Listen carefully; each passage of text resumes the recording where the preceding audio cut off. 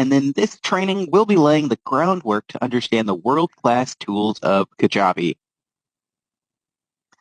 If your goal is to monetize your skill set online like former teacher Joanne Kaminsky, or turn your passion into paychecks like Baker Aldrichsney, you're going to need to understand how Kajabi's tools will work for you.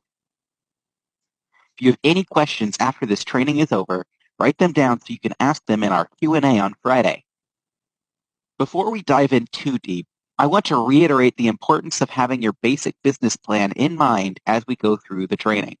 What you're going to sell, how you're going to sell it, and who you're going to sell it to. Knowing this and having it top of mind will help you visualize how you want to structure your business on Kajabi as you go through the training, giving you a North Star to keep you on track. If you are following the plan program, you have completed this already, either during the trainings or as homework in your participant guide. You'll be ahead of the game and able to start placing these assets straight into Kajabi.